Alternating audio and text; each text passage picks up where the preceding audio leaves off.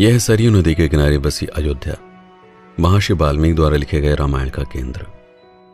बालकांड के अनुसार श्री राम का जन्म भी यहीं पर हुआ और उत्तरकांड में गुप्तार घाट पर जल समाधि लेने के साथ ही उनका समापन भी। गुप्तार घाट 19वीं सदी में अयोध्या के राजा दर्शन सिंह द्वारा बनवाया गया मंदिर आज भी घाट पर मौजूद है। यह जगह अयोध्या से 10 किलोमीटर दूर पश्चिम की ओर फैजाबाद छावनी में स्थित है। इतिहासकारों के अनुसार 600 साल पहले 16वीं सदी में जिस समय भारत में विदेशी आक्रमणकारी मंदिर और मूर्तियों को तोड़ रहे थे, तब अयोध्या के संतों ने जन्मभूमि में विराजमान श्री राम के प्रतिष्ठित मूर्ति को गुप्तार घाट नामक स्थान पर जल समाधि देकर रेत में दबा दिया था। बाद में यही प्रतिमा रानी कुंवरी गणेश ओरछा लेकर गई और वहां स्थापित कर गए राजा राम मंदिर का निर्माण करवाया। इसीलिए आज भी ओरछा को बुंदेलखंड की अयोध्या कहकर पुकारा जाता है। नागेश्वर मंदिर और राम की पेड़ी। पुराणों के अनुसार अयोध्या को श्री राम के पूर्वज मनु व इक्ष्वाकु ने स्थापित किया था। इन्हीं के 64वें वंशज श्री राम के बाद उजड़ी हुई अयोध्या को कुश ने फिर से बसाया। लेकिन अयोध्या कितनी बार बसी, कितनी बार उजड़ी, इसका कोई भी उल्लेख न तो पुराणों में मिलता है न ही इतिहास में।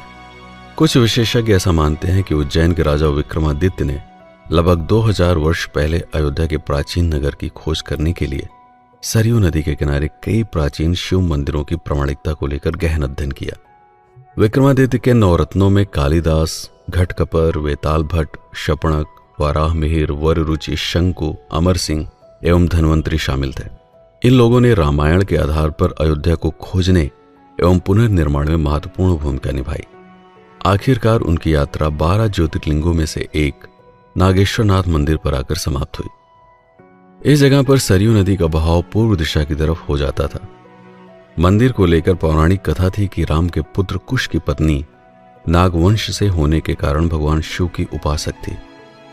सरयू में स्नान करने के बाद वह रोज अपनी पत्नी के साथ अयोध्या की सुख समृद्धि के लिए इसी मंदिर में ध्यान किया करते थे। आज भी यह मंदिर सरयू नदी के किनारे राम की पेड़ी नामक घाट पर स्थित है। आज की अयोध्या जिस रूप में दिखाई पड़ती है, उसकी रूपरेखा राजा विक्रमादित्य के नवरत्नों द्वारा तैयार की गई थी। माना जाता है कि उन्होंने एक वर्ष के प्रत्येक दिन के लिए रामायण के प्रत्येक पात्रों के लिए 365 मंदिरों का निर्माण करवाया था। इसमें वराह मिहिर का ग्रह नक्षत्रों की स्थिति के आधार पर अयोध्या को वास्तु शास्त्र के सर्वथा अनुकूल बसाने में गहरा चिंतन था। उन्होंने न सिर्फ इस नगर को बसाया बल्कि रामायण के सभी पात्रों के नाम पर कई भव्य मंदिर एवं घाटों का निर्माण किया, जिसके बाद समय समय पर इस नगर की भव्यता ने लोगों को यहां पर आकर्षित किया। आगे चलकर कई राजा, संत एवं अलग अलग धर्मों के लोगों ने यहां पर अपने अपने आस्था के केंद्रों को भी स्थापित किया, जिसमें बौद्ध, जैन, मुगल आदि विभिन्न धर्मों से लेकर गुप्त, नंद, मौर्य एवं शुंग वंश के राजा भी शामिल थे। जन्मभूमि एवं कार्यशाला।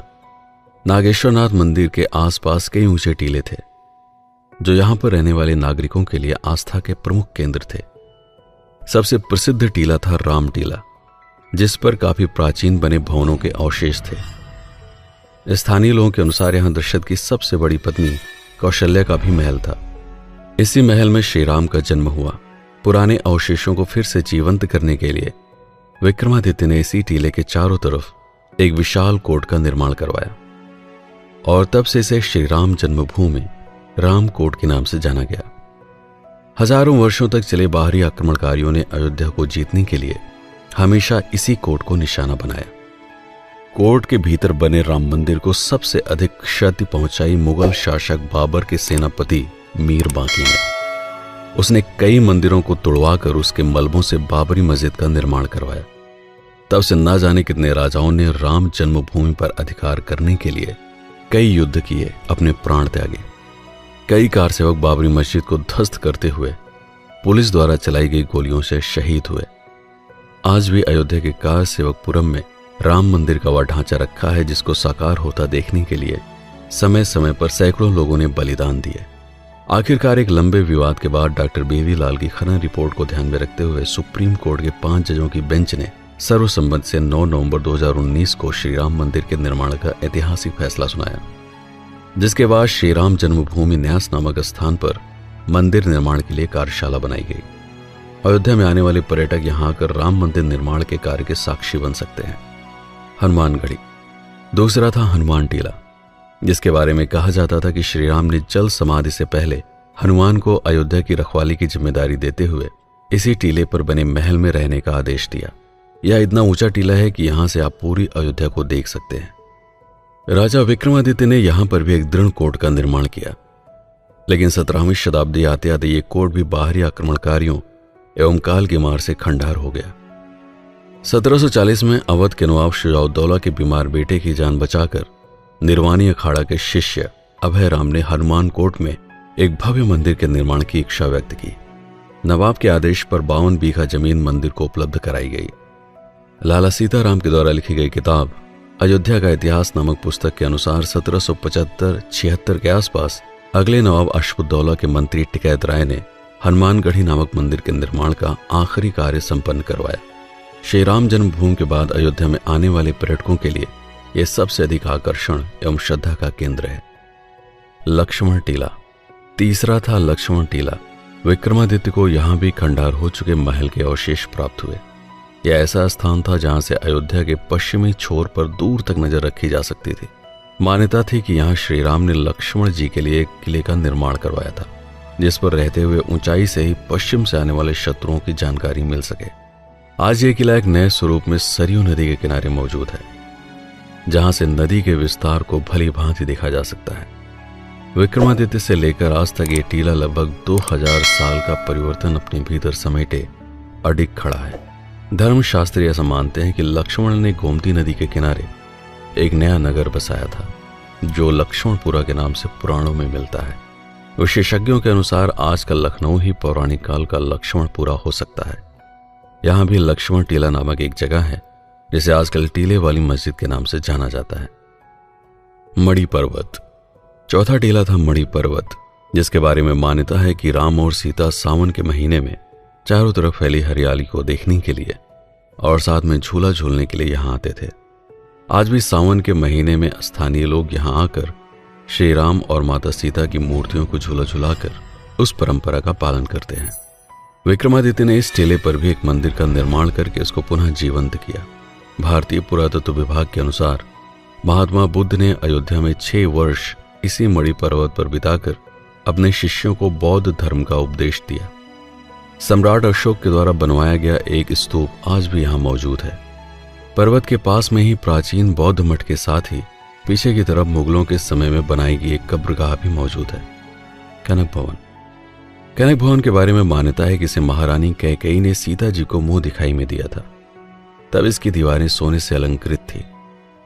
महाभारत कालीन कथा के अनुसार श्री कृष्ण जब यहां पर आए तो उन्होंने खंडार हो चुके भवन का पुनर्निर्माण करवाया, लेकिन हजारों वर्षों बाद समय और आक्रमणकारियों के ध्वंस से जब वह फिर से खंडार हो गया, तब 1891 में ओरछा के सूर्यवंशी बुंदेली राजा सवाई महेंद्र प्रताप सिंह की पत्नी ने यहां पर मंदिर के भीतरी भाग का निर्माण करके राम और सीता जी की मूर्ति को स्थापित किया, जिनके ऊपर सोने का मुकुट शोभायमान है। मंदिर के बाहरी भाग का निर्माण टीकमगढ़ बुंदेलखंड के महाराजा की पत्नी वृषभान कुमारी ने करवाया। कनक भवन का वर्तमान स्वरूप बुंदेलखंडी राजाओं की ही देन है। रामायण भवन। श्री मणिराम दास छावनी में स्थित है वाल्मीकि रामायण भवन। यहां संगमरमर के पत्थरों पर पूरी रामायण संस्कृत भाषा में लिखी है। देश विदेशों में रहने वाले हिंदू धर्म के लोग यहां राम नाम लिखकर जमा करते हैं। श्री नित्य गोपाल दास जी महाराज ने सन 1976 में इसे स्थापित किया था। अशर्फी भवन। लगभग 80 साल पहले रामानुज संप्रदाय के संत मधुसूदनाचार्य ने जब जमीन खरीदकर मंदिर का निर्माण शुरू करवाया, तब नींव की खुदाई में सोने की अशर्फियों से भरा हुआ एक कलश मिला, जिसके कारण इसका नाम अशर्फी भवन पड़ गया। लक्ष्मी नारायण के इस मंदिर में संस्कृत पाठशाला के साथ ही धार्मिक आध्यात्मिक संस्कारों की शिक्षा भी दी जाती है। राजद्वार मंदिर। इसे अयोध्या का सबसे ऊंचा मंदिर कहा जा सकता है। मान्यता अनुसार रामकोट में आने के लिए यह मुख्य प्रवेश द्वार था। विक्रमादित्य के जीर्णोद्धार कराने के बाद कई राजाओं ने समय समय पर इसकी मरम्मत कराई, जिसमें राजा दर्शन सिंह से लेकर राजा जगदंबिका प्रताप सिंह तक शामिल थे। कहते हैं कि इसके गुंबदों पर सोने का आवरण चढ़ा है। यह मंदिर हनुमानगढ़ी के ठीक बगल में स्थित है। सूर्य कुंड, यहां के बारे में मान्यता है कि एक बार राजा दर्शन सिंह शिकार खेलते हुए जब यहां पर रुके तो पास में एक छोटे से गड्ढे में भरा हुआ पानी पीकर वो चकित रह गए। पानी इतना मीठा था कि उन्होंने यहां पर न सिर्फ एक सरोवर का निर्माण करवाया बल्कि पूरा एक नगर ही बसा दिया, जिसे आज दर्शन नगर के नाम से जाना जाता है। खुदाई में मिले एक विशाल पत्थर को तराश कर सूर्य देव की मूर्ति बनाकर यहां स्थापित की गई। भरत कुंड या नंदीग्राम, अयोध्या से 15 किलोमीटर दूर दर्शन नगर भरत कुंड मार्ग पर नंदीग्राम नामक स्थान है। पौराणिक कथा के अनुसार जब राम वनवास के लिए चले गए तब उनके वियोग में राजा दशरथ का देहांत होने पर भरत ने इसी कुंड में उनका पिंडदान किया था। कुंड के दूसरे छोर पर आज भी लोग पूर्वजों का पिंडदान करके बिहार के गया जाने की शुरुआत करते हैं। यहां से कुछ ही दूरी पर वो स्थान है जहां पर भरत ने श्री राम की अनुपस्थिति में उनकी पादुका को पूजते हुए 14 वर्षों तक एक सन्यासी की तरह सभी सुखों का त्याग करके अयोध्या का राज कार्य संचालित किया था। यहां स्थित एक कुएं के बारे में मान्यता है कि इसमें भरत ने चित्रकूट से वापस लौटते समय अपने साथ लाए हुए 7 कूपों का जल संग्रहित किया था। 24 अक्टूबर 1918 से प्रारंभ होकर निरंतर 14 वर्षों तक यहां सीताराम का अखंड जाप होता रहेगा। मखौड़ा धाम, अयोध्या से 15 किलोमीटर दूर बस्ती जिले में स्थित है मखौड़ा धाम। यहां पर संतान का सुख पाने के लिए लोग हवन एवं पूजन करते हैं। पौराणिक मान्यता के अनुसार यही वो स्थान है जहां पर राजा दशरथ ने श्रृंगी ऋषि के मार्गदर्शन में पुत्र पाने के लिए यज्ञ किए थे, जिसके परिणाम स्वरूप राम, लक्ष्मण, भरत एवं शत्रुघ्न पैदा हुए। आज भी दूर दूर से लोग यहां गहरी आस्था लेकर आते हैं। इन मंदिरों के अलावा आपको अयोध्या की हर गली, हर सड़क पर कोई न कोई आकर्षक मंदिर व ऐतिहासिक भवन दिख जाएंगे, जैसे दशरथ महल। हनुमानगढ़ी से कनक भवन की तरफ जाते समय यह मंदिर रास्ते में पड़ता है।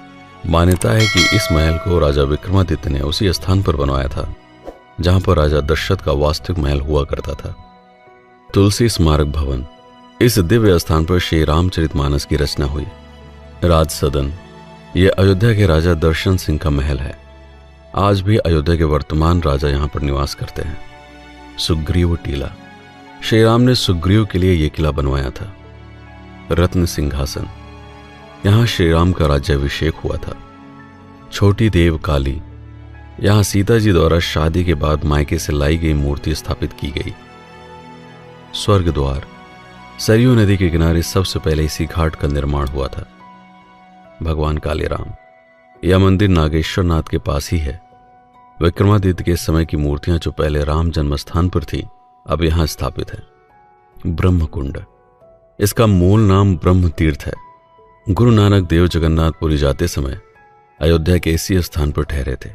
गुरु गोविंद सिंह का भी इधर आगमन हुआ था। इसके अलावा नल नील टीला, अंगद टीला, कुबेर टीला आदि भी पौराणिक स्थान है। इनके अतिरिक्त अयोध्या में सरयू नदी पर कई घाट हैं। कुछ घाटों के नाम श्री राम व उनके परिवार के सदस्यों के नाम पर हैं, जैसे राम घाट, कौशल्या घाट, सुमित्रा घाट, कैकेयी घाट, लक्ष्मण घाट, जानकी घाट। इसके अलावा राजघाट, अहिल्याबाई घाट, चक्र तीर्थ घाट, गुप्तार घाट, विष्णुहरि घाट, प्रहलाद घाट, नागेश्वर नाथ घाट, वासुदेव घाट, पाप मोचन घाट, स्वर्ग द्वार घाट, नया घाट आदि। अयोध्या में लगभग 31 कुंड या सरोवर हैं, जैसे राम सरोवर या राम तीर्थ, दशरथ कुंड, भरत, लक्ष्मण, शत्रुघ्न, सीता, मांडवी, हनुमान, सुग्रीव, विभीषण, राधा, रुक्मणी व सूर्य कुंड आदि। यहाँ प्रमुख 7 अखाड़े हैं: निर्वाणी, खाकी, दिगंबर, निर्मोही, संतोषी, निरालंबी, महानिर्वाणी अखाड़ा, रघुनाथ दास जी की छावनी एवं बाबा रामदास जी की गद्दी। यात्रियों के रुकने के लिए यहाँ पर लगभग हर मंदिर के साथ धर्मशालाएं हैं, जैसे कन्हैयालाल धर्मशाला, बिरला धर्मशाला, बंबई की सेठानी की धर्मशाला, भावनगर की रानी की धर्मशाला, सेठ मोहनलाल, सेठ लखनऊ वाले, सेठ सूरजमल, सेठ शिव नारायण की धर्मशाला आदि। यहाँ पर यात्रियों के रुकने के लिए उचित व्यवस्था होती है। अयोध्या धाम में पूरे वर्ष ही पर्व उत्सव मनाए जाते हैं, साथ ही कई मेले भी लगते हैं। जैसे रामनवमी, रामानुज जयंती, जानकी जन्मोत्सव, सरयू जयंती, रथ यात्रा, तुलसी जयंती, गुप्तार घाट का मेला, रक्षाबंधन, रामलीला, भरत मिलाप, हनुमान जयंती, कार्तिक पूर्णिमा, श्री राम विवाह, महाशिवरात्रि आदि। इतनी जानकारियों को समेटने के बाद भी संभव है अभी बहुत सारी चीजें छूट गई हों। वीडियो को देखने के बाद अगर कुछ और महत्वपूर्ण स्थान छूट गए हों तो कृपया कमेंट में जरूर बताइएगा। भविष्य में जब कभी भी इसका अगला संस्करण प्रकाशित होगा तो उसमें उन सभी को भी शामिल किया जाएगा। वीडियो अगर उपयोगी लगा हो तो लाइक करना मत भूलिएगा।